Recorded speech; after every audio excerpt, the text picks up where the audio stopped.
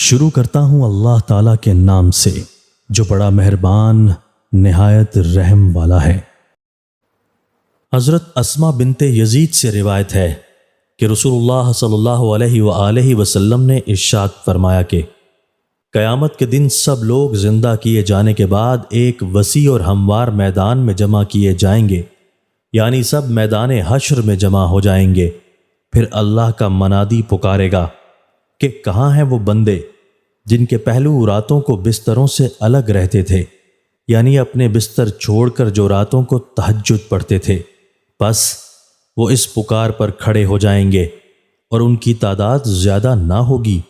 پھر وہ اللہ کے حکم سے بغیر حساب کتاب کے جنت میں چلے جائیں گے۔ اس کے بعد باقی تمام لوگوں کے لیے حکم ہوگا کہ وہ حساب کے لیے حاضر ہوں۔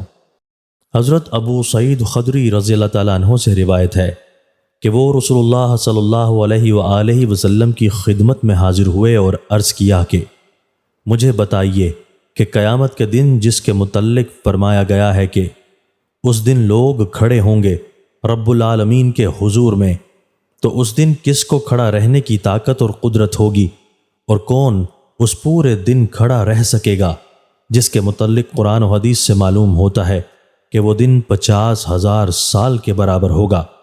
رسول اللہ صلی اللہ علیہ وآلہ وسلم نے فرمایا کہ سچے ایمان والوں کے حق میں یہ کھڑا ہونا بہت ہلکا اور خفیف کر دیا جائے گا، یہاں تک کہ ان کے لیے بس ایک فرض نماز کی طرح ہو جائے گا۔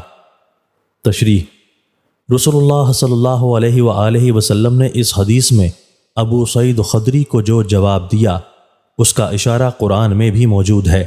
سورہ مدثر میں فرمایا گیا ہے کہ تو جب سور پھونک دیا جائے گا تو وہ دن بڑا سخت ہوگا، ایمان نہ لانے والوں کے لیے آسان نہ ہوگا۔ اس سے معلوم ہوتا ہے کہ یہ سخت اور بھاری دن ایمان والوں کے حق میں سخت اور بھاری نہ ہوگا بلکہ آسان اور ہلکا کر دیا جائے گا۔ حضرت ابو ایوب رضی اللہ تعالیٰ عنہ راوی ہیں کہ رسول اللہ صلی اللہ علیہ وآلہ وسلم ایک سفر میں تھے کہ ایک بدوئی سامنے آ کھڑا ہوا اور اس نے آپ کے ناکا کی مہار پکڑ لی، پھر کہا اے اللہ کے رسول، یا آپ کا نام لے کر کہا کہ اے محمد صلی اللہ علیہ وآلہ وسلم، مجھے وہ بات بتاؤ جو جنت سے مجھے قریب اور آتش دوزخ سے دور کر دے۔ راوی کا بیان ہے کہ رسول اللہ صلی اللہ علیہ وآلہ وسلم رک گئے، یعنی آپ نے اس سوال کا جواب دینے کے لیے اپنی ناکا کو روک لیا۔ پھر اپنے رفقا کی طرف آپ نے دیکھا اور ان کو متوجہ کرتے ہوئے فرمایا کہ اس کو اچھی توفیق ملی، یا فرمایا کہ اس کو خوب ہدایت ملی۔ پھر آپ نے اس اعرابی سائل سے فرمایا کہ ہاں ذرا بھر کہنا تم نے کس طرح کہا؟ سائل نے اپنا وہی سوال پھر دہرایا، مجھے وہ بات بتاؤ جو جنت سے مجھے نزدیک اور دوزخ سے دور کر دے۔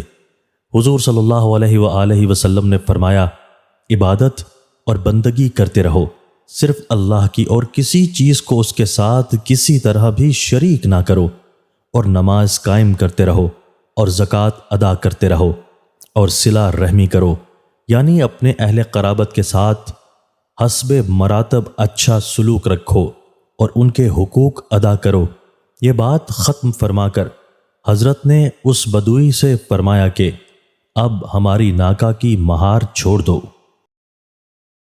دوستو، اللہ تعالی ہمیں ان احادیث مبارکہ پر عمل کرنے اور اپنی زندگیوں کو سنوارنے کی توفیق عطا فرمائے۔